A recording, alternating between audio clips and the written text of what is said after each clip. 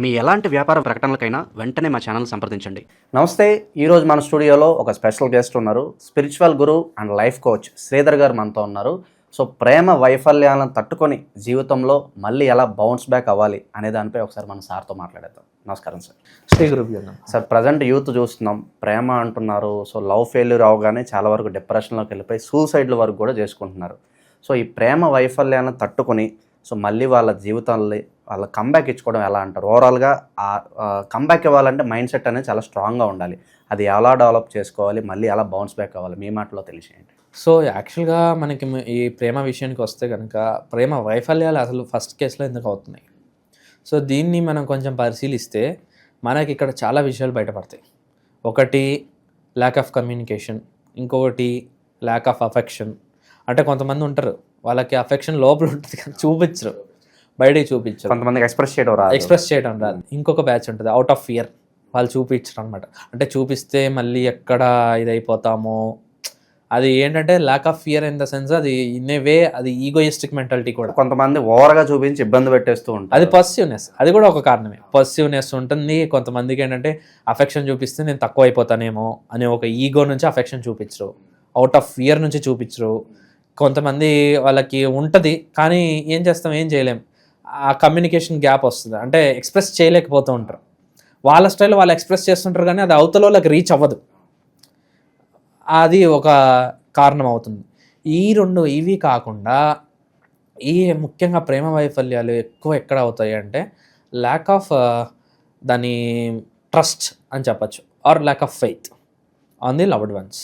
So faith అనే దగ్గర, trust అనే దగ్గర చాలామంది నేను ఇప్పటిదాకా చూసిన వాళ్ళలో ఎక్కువ శాతం ఇక్కడే పోయారు. తర్వాత సెకండ్ది కమ్యూనికేషన్ అనుకోండి, బట్ ల్యాక్ ఆఫ్ ట్రస్ట్ పోయిందా మిగతా అన్నీ పోతాయి, ఇంకేం ఉండవు. ఈ రెండు ఒక కాజ్ అయితే, ఇంకొంతమంది ఎక్కువ బ్రేకప్స్ అవ్వడానికి కారణం ఏంటంటే పొసెసివ్నెస్, ఓవర్ పొసెసివ్నెస్. అంటే రాత్రి 10 అవుతుంది, ఎవరితో మాట్లాడుతున్నారు, ఎక్కడికి వెళ్ళావు, ఏం చేస్తున్నావు, ఇవన్నీ పదే పదే పదే పదే ఒకసారి అడగచ్చు, 2 సార్లు అడగచ్చు, పదే పదే రోజు అదే పాట పాడతా అంటే పాట పాడినట్టు చికాకు వస్తుంది అవతల వాళ్ళకి.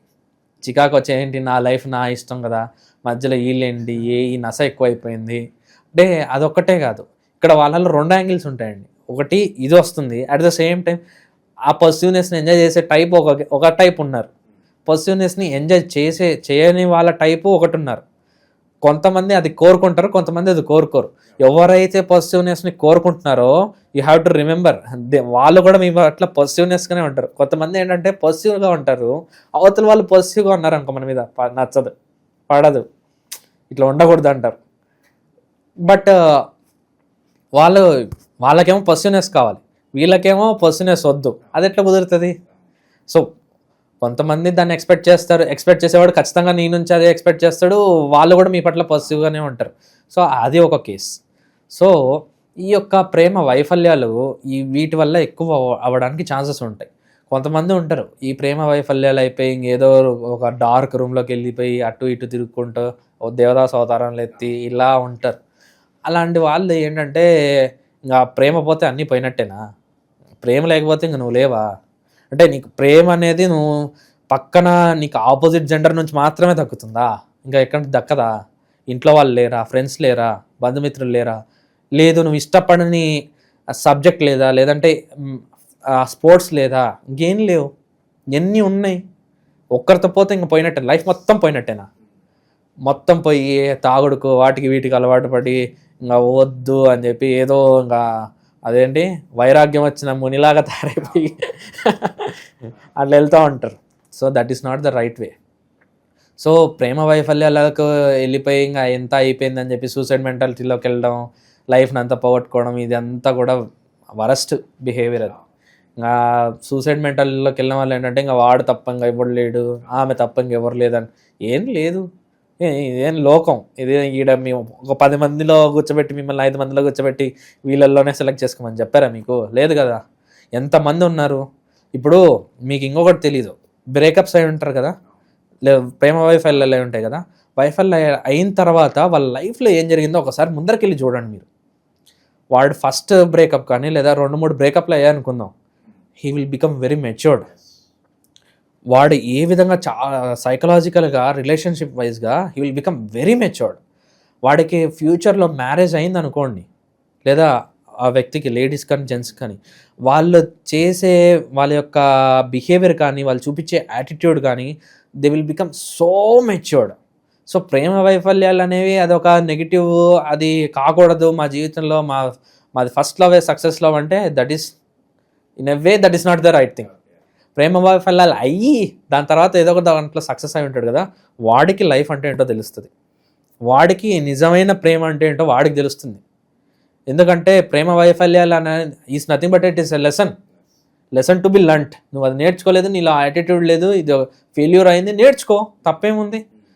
మళ్ళీ నీకు ఆ లెసన్ వచ్చింది కదా, so that lesson will protect you like anything in your life. So ప్రేమ వైఫల్యాలు అనేది in a way it is the best thing that has happen to you. అది అందరికి కాదు, అందరు ఏం లవ్ మ్యారేజ్ చేసుకోరు కదా, అందరికి ఏం లవర్స్ ఉంటారు కదా. సో ప్రేమ వైఫల్యాలు అనేది ఒక వ్యక్తి జీవితంలో అది వ్యక్తిగతం అవ్వచ్చు, పర్సనలే, but it has become a very good lesson. ఫ్యూచర్లో మళ్ళీ మీరు ఆ రోజు నాకు ఈ విధంగా జరిగింది కాబట్టి నేను ఈ విధంగా ఉన్నాను అని చెప్పుకునే రోజు ఖచ్చితంగా ఒకటి వస్తుంది. దానివల్ల మీరు కృతజ్ఞత పొందే రోజు తప్పకుండా మీ లైఫ్లో వస్తుంది. కాబట్టి ప్రేమ వైఫల్యాల దగ్గర మీరు ఎవ్వరూ ఆగిపోవద్దు. ప్రేమ వైఫల్యాలు అనేవి it is just a part of life, not the life. Okay, so apart from this, ఈ ప్రేమ వైఫల్యాలలో కూడా ఏంటంటే ఇంకొక one of the main reason ఏంటంటే హీటెడ్ ఆర్గ్యుమెంట్స్. అంటే ఈ హీటెడ్ ఆర్గ్యుమెంట్స్ అనేవి పక్కన ఎక్కడో జరుగుతాయి, వాళ్ళ ఆఫీస్లోనే జరుగుతాయి, కొలీగ్స్తోనే జరుగుతాయి, ఫ్రెండ్స్తోనే జరుగుతూ ఉంటాయి. సో అవి తీసుకొని వస్తారు, క్యారీ ఫార్వర్డ్ అవుతూ ఉంటాయి మైండ్లో బగ. ఎందుకంటే అందరి దగ్గర అనలేం కదా, ఆఫీస్లోకి వెళ్ళి బాస్ ముందు అరచేస్తా, కొట్టేస్తా, తిట్టేస్తా అంటే ఎక్కడైతే సినిమాలో చూపించినట్టు కాదు కదా. అదేదో సినిమాలో ఉంటుంది, వాడు అర్జున్ రెడ్డి సినిమాలో వాడు తీసి ఐడి కార్డు ఇసురుకోవటం, అట్లా చేయలేం కదా అన్ని చోట్ల. చేస్తే ఏంటి, ఇది ఏం సమాజం, మనం బతుకుతుంది real life, not real life.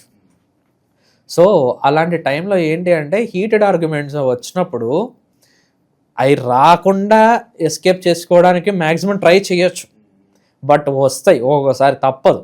అట్లా వచ్చిన తర్వాత మీరు మీ యొక్క బిలవ్డ్ వన్స్ దగ్గరికి వెళ్ళేటప్పుడు ఎవరైనా కానివ్వండి, either your mother or father or your wife or your girlfriend or anything, ఇది అందరికీ అన్ని ఏజ్ గ్రూప్స్ వాళ్ళకి చెప్తున్నా. సో అలా వెళ్ళేటప్పుడు మీకు అవి క్యారీ ఫార్వర్డ్ కాకుండా చూసుకోండి. అవి క్యారీ ఫార్వర్డ్ అవుతాయి, కాకుండా ఎలా చేయాలి? So there is a beautiful technique, small technique, చాలా చిన్న technique, but it will work.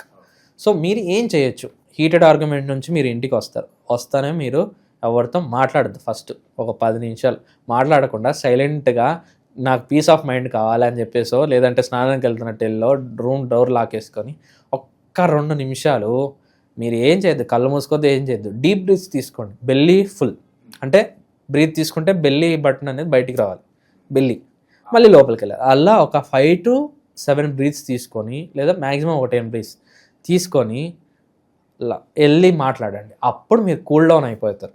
So దీనివల్ల ఏంటంటే you will be saving your marriages. So ఈ టెక్నిక్ పేరు ఏదైనా ఉందా? ఈ టెక్నిక్ పేరు ఏముంది, ఏం లేదు.